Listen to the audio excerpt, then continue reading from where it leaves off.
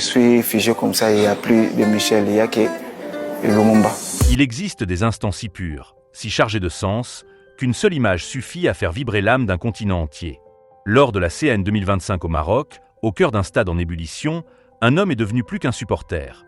Une statue vivante, un symbole immobile au milieu du chaos. Bras droit levé vers le ciel, paume ouverte, regard perdu dans l'infini, il est resté figé pendant 90 minutes, comme pétrifié par une mémoire plus grande que lui. Des larmes ont perlé au bord de ses yeux sans jamais vraiment tomber. Contenu, digne, presque sacré. Cet homme s'appelle Michel Kukam Boladinga.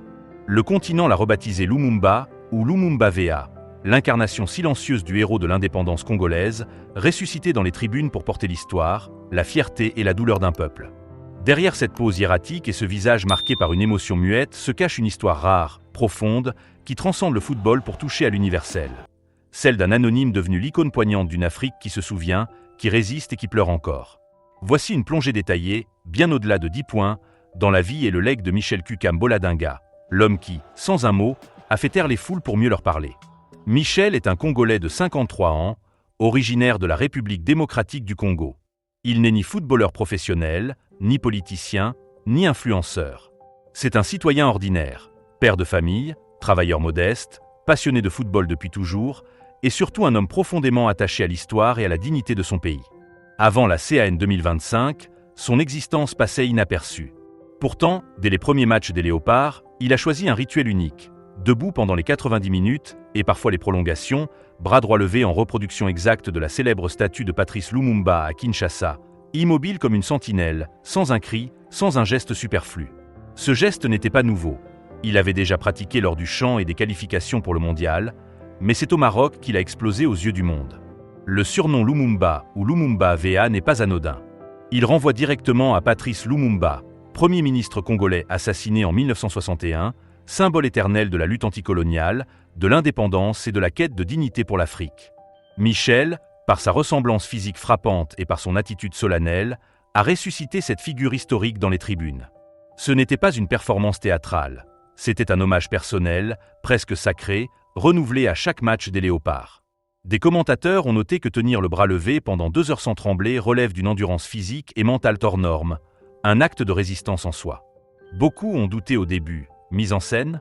Exagération pour attirer l'attention? La réponse est non. L'émotion de Michel était viscérale, authentique, incontrôlable.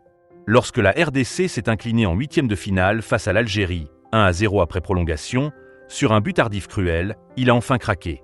Lui qui était resté de marbre pendant des matchs entiers s'est effondré en larmes, toujours debout, incapable de s'asseoir. Autour de lui, le stade hurlait, pleurait, rageait. Son silence et ses pleurs ont résonné plus fort que tout. Cette image, l'homme statue brisé, a traversé les réseaux sociaux, les télévisions, les cœurs de millions d'Africains, parce qu'elle disait en un regard ce que les mots peinent à exprimer. La douleur d'un peuple, l'espoir déçu, l'amour absolu malgré tout. Avant cette CAN, Michel vivait une vie simple, sans luxe ni projecteur. Il représente ces Africains invisibles qui portent leur pays à bout de bras.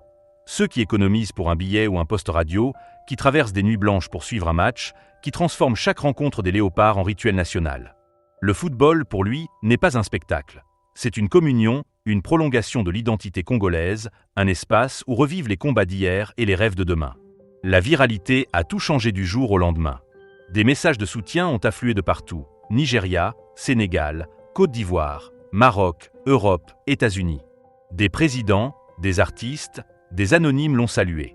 Le président Félix Tshisekedi lui a offert un luxueux 4x4 avec la plaque cadeau du préside et une rencontre personnelle a été organisée. La CAF l'a même invité à rester au Maroc jusqu'à la fin de la compétition comme invité d'honneur. L'ambassadeur du Maroc en RDC l'a honoré publiquement. Mais Michel est resté humble. Il a refusé de devenir une marionnette médiatique, déclinant les offres Tapax en grave-l'œil, répétant qu'il ne cherchait ni argent ni gloire, juste le respect de son geste et de son amour pour la RDC.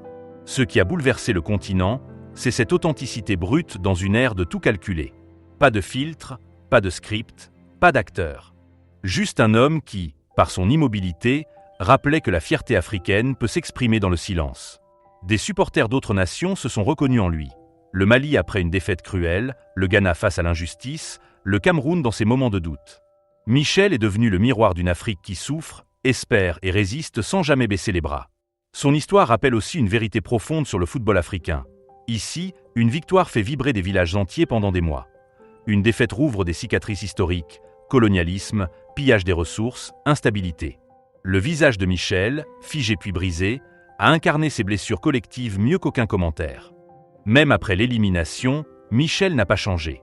Il est rentré à Kinshasa, a repris sa vie modeste, sans chercher à monnayer sa notoriété. Il reste cet homme simple, fidèle à ses valeurs, à sa passion et à l'héritage de Lumumba.